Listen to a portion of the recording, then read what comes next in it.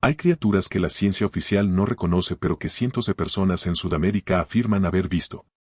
No en una sola región. No en una sola época.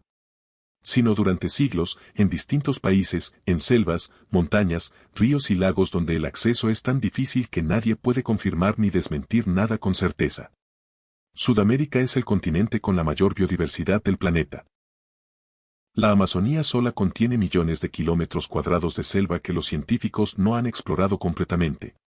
Los Andes atraviesan territorios donde hay pueblos que nunca han visto a un biólogo. Y en el sur, la Patagonia tiene lagos de más de 400 metros de profundidad donde nadie sabe con exactitud qué vive en el fondo. En ese contexto, la pregunta no es si pueden existir criaturas desconocidas. La pregunta es cuántas existen ya y todavía no tienen nombre. Este es el iceberg de los críptidos de Sudamérica. Empecemos desde arriba, desde los Andes, donde el frío, la neblina y el aislamiento crean las condiciones perfectas para que algo pueda vivir sin ser catalogado. En Perú, en comunidades rurales de montaña, hay una criatura que aparece en los relatos nocturnos con una regularidad que incomoda. La llaman la jarjacha. Según quienes dicen haberla escuchado, tiene forma de animal deforme, algo parecido a una llama pero con proporciones incorrectas, y emite un sonido que describen como un grito repetitivo que hiela la sangre. No un aullido. No el chillido de un ave. Algo en el punto medio que no corresponde a ningún animal conocido de la región. La tradición andina dice que la jarjacha es una persona transformada como castigo por haber cometido un acto prohibido. Pero lo que llama la atención no es el folclore sino la consistencia de los testimonios. Personas que no se conocen entre sí, de comunidades distintas, separadas por montañas, describen el mismo sonido con las mismas palabras. Y siempre de noche. Siempre en zonas alejadas. Siempre sin prueba. En esa misma cadena montañosa, pero en la zona de selva alta, hay reportes de otra criatura. El sacharuna, que en quechua significa hombre del monte. Alto, cubierto de pelo, capaz de moverse entre la vegetación con una facilidad que ningún humano tendría. Los testigos dicen que no ataca, que solo observa desde lejos. Que deja huellas grandes en el barro y que a veces los aldeanos encuentran ramas rotas a una altura que no corresponde a ningún animal conocido de la zona. Lo comparan con el pie grande norteamericano pero adaptado al entorno andino. La neblina constante de esos bosques hace que una silueta a 200 metros pueda parecer cualquier cosa. Eso es cierto. Pero también es cierto que los reportes llevan décadas acumulándose sin que nadie haya encontrado una explicación que los cierre definitivamente. Bajemos un nivel. En 1927, un comerciante de pieles en Buenos Aires adquirió varias pieles de un canino de montaña que nadie pudo identificar. Una de esas pieles llegó al Museo de Múnich donde un zoólogo la examinó en la década de los 40 y concluyó que era más robusta, con pelaje más oscuro y grueso que cualquier perro o lobo conocido en la región. En 1935 apareció también un cráneo, descrito como más grande que el de cualquier lobo sudamericano conocido. Y luego el cráneo desapareció. En 1954 un análisis del pelo encontró similitudes con el de un pastor alemán, lo que hizo pensar a algunos que era simplemente un perro doméstico fuera de lo común. En el año 2000 se intentó una prueba de ADN pero las muestras estaban contaminadas y el resultado fue inconcluso. El lobo andino nunca fue fotografiado, nunca fue capturado, nunca fue confirmado. Pero tampoco fue descartado con evidencia sólida. Porque los Andes tienen zonas donde nadie ha hecho un inventario faunístico completo y donde algo diferente podría vivir sin que nadie lo sepa todavía. Ahora llegamos a la selva. El Amazonas es el escenario donde más críptidos se concentran y donde las historias se vuelven más perturbadoras porque la escala del entorno hace que todo sea posible. Los reportes del llamado mono grande vienen de Brasil, Perú y Bolivia. Un primate de más de 2 metros cuando se mantiene erguido. Gruñidos fuertes. Golpes contra árboles. Huellas encontradas cerca de ríos en barro fresco. Los monos araña y los monos aulladores existen en esa selva pero ninguno alcanza esas dimensiones.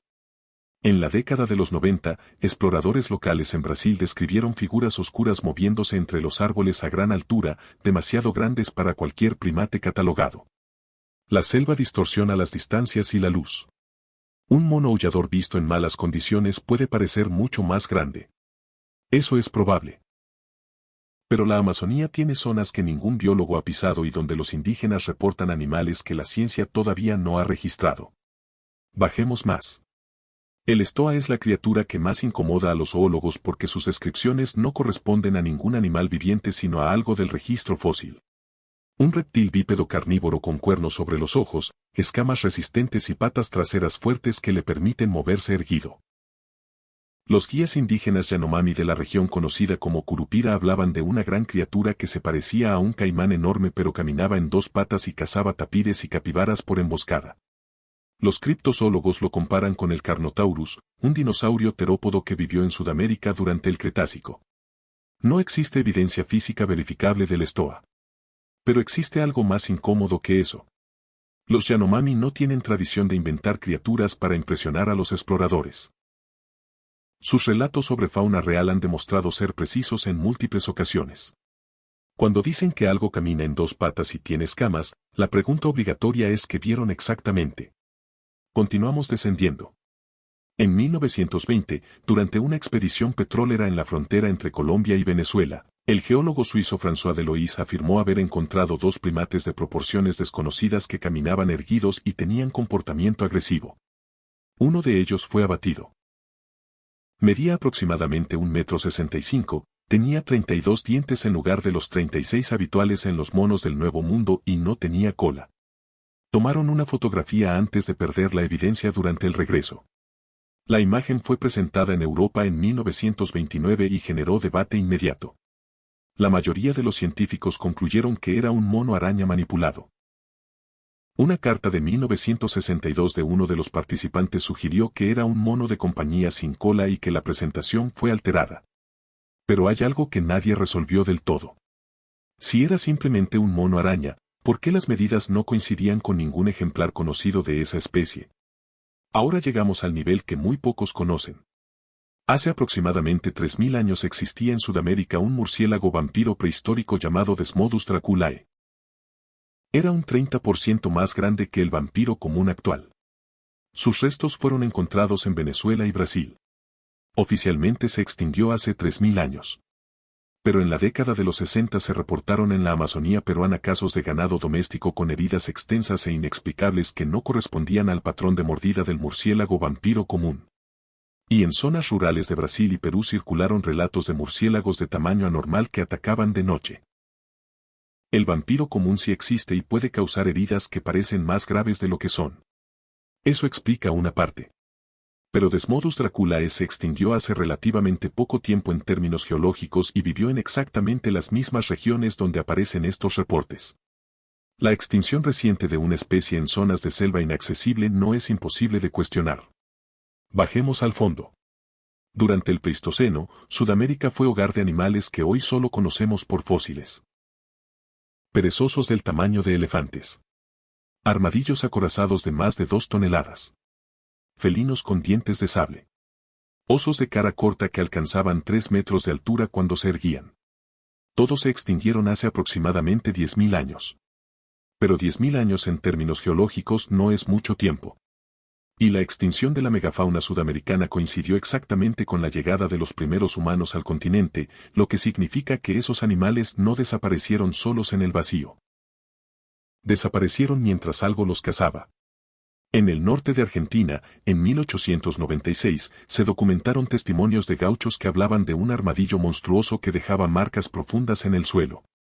Los gliptodontes, parientes gigantes del armadillo, vivieron en esa misma región hasta hace 10.000 años. En Uruguay en 1932 se reportó un animal enorme y oscuro que atacó ganado en una zona donde oficialmente no existe ningún oso. El oso de cara corta sudamericano vivió en exactamente esa región hasta su extinción hace 10 milenios. En Venezuela y Colombia, cazadores locales describieron en el siglo XX un felino con colmillos prominentes y proporciones que no correspondían a ningún jaguar conocido. El Smilodon, el felino con dientes de sable más grande de la historia, vivió en Sudamérica hasta hace aproximadamente 10.000 años. La pregunta que nadie en la criptozoología ha podido responder definitivamente es esta. Si estas especies vivieron aquí hasta hace apenas 10 milenios, en un continente con millones de kilómetros cuadrados de selva inaccesible, ¿es realmente imposible que una población pequeña haya sobrevivido en zonas donde ningún biólogo ha estado? No es probable. Pero en la Amazonía, en los tepuyes, en los lagos patagónicos de 400 metros de profundidad, la probabilidad no es la única variable. La variable que nadie controla es el tamaño del territorio que todavía no hemos visto. Y ese territorio es enorme.